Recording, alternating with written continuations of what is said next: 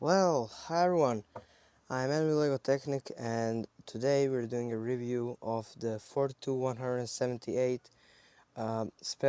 Surface Space Loader LT78. Now this is my first review in a while. I think the last one was like at the end of January this year. So yeah, like 5-6 months have passed since then. This is what the box looks like, and yeah, we can see that it has quite a bit of functions on the back here. Let's open it. Here's what inside of the box. We have 5 numbered bags, sticker sheet, instructions, and this a numbered bag which contains the windshield and the recolored tires. Also, looking at the tires is so weird. My brain can't process the fact that they're not black. Yeah, I guess I'm gonna get used to it if I own the set for a long enough time. So, let's start building. This is what phase 1 looks like, and you can see that the interior has already been built, and that the whole cabin tilting mechanism, which is the main feature of the set, it has also been mostly built, and we have the base for the steering system. And yeah, that's basically it here. And the model is pretty much at its almost the final length right now, and we still have that much to go, so I'm curious where all those parts will go. Let's continue. Okay, so we're at the end of phase 2, and the steering system has been built. Also, we have this thing which can be used to pick up the model like a grab handle, and yeah, we also have this weird thing which is like a, I don't know, a hat or something. Also, today we have a special guest in the video, which is this guy. Look at him, he's so cute. It's a Speed Champions polybag. I got it for free as a gifted purchase for this set. This is the end of the third phase of the building, and the model is pretty much done in terms of the mechanisms. The only thing remaining is the bodywork. And let me tell you, I actually love the linkage that is used for the transformation mechanism. You turn this red part in the rear, and it simultaneously operates the legs which hold the wheels, that will hold the wheels, and this linkage, which basically it raises the cabin while also keeping it level, and this hat, it just tilts together with the beams, and they are linked through knob gears, and I really love the creativity for the mechanism here. And the steering system, nothing special, but we can see that it doesn't use a gear rack, but rather it uses this piece here, which I found quite unusual.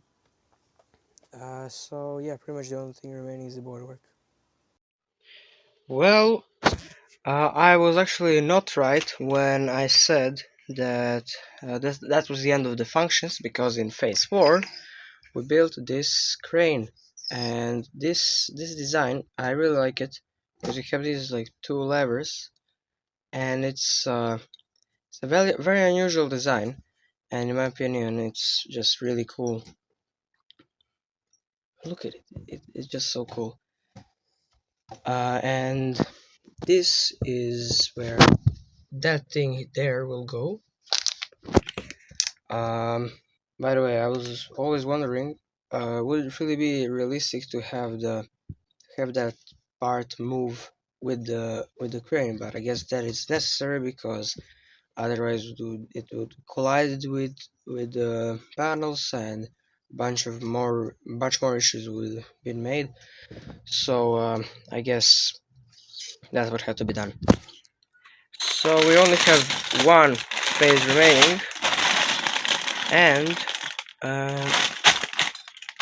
yeah, let's build it, and I'm almost finished. Well, with the end of phase 5, the build is now finished, and I think it looks very futuristic and quite amazing, except that especially at the back there is a lot of color vomit. For example here, why couldn't it be a normal color? Why did it have to be yellow? Also here, yellow bushes, yellow axles, they all have their own more neutral colored versions, but I guess it had to be like this. One less disastrous example is here, where they use green pin, but it's not that bad in my opinion because you can hardly see it, at least from some angles. Now that the build is finished, let's take a look at the functions. Okay, so of course we have this little thing here, which is supposed to be picked up by the crane, and it has two little opening hatches, one on either side, and um, of course the main function of the build is that it transforms.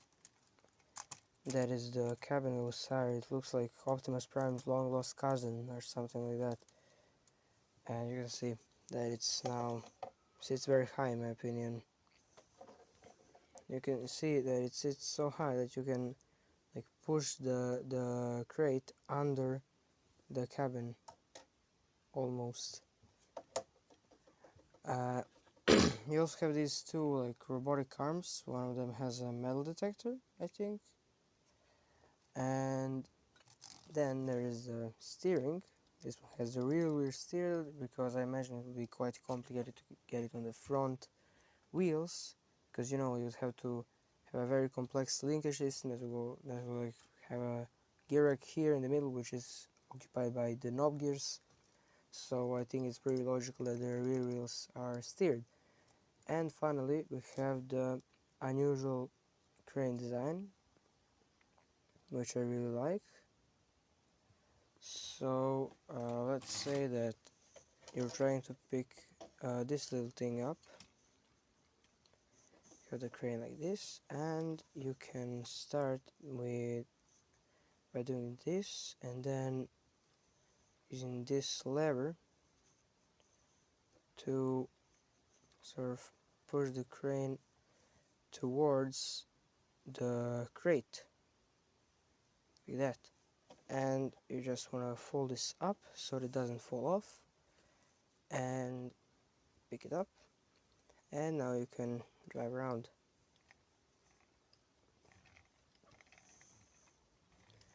Yeah, in my opinion, this solution of the paneling on the crane was not ideal, because it just looks like something got like it looks like it glitched animation or something like that. You know, it's offset. It just looks weird in my opinion, but I guess that is the price you have to pay for a cool unusual crane. So I'm not bad about it. I'm not bad about it. And now let's give it. Let's rate the different things from 1 to 10.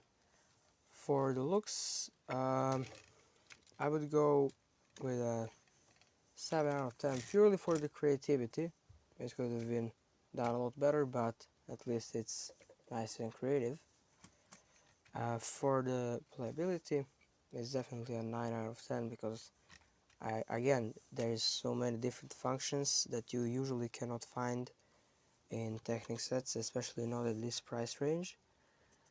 And for the parts donor, as for it being a good parts donor, I mean, it does have a linear actuator, it does have the recolored tires, and does have the new knob gear and this windshield piece too, but other than that, really not much, so I can't give it any more than a 4 or 3 out of 10. 3.5 out of 10, let's say.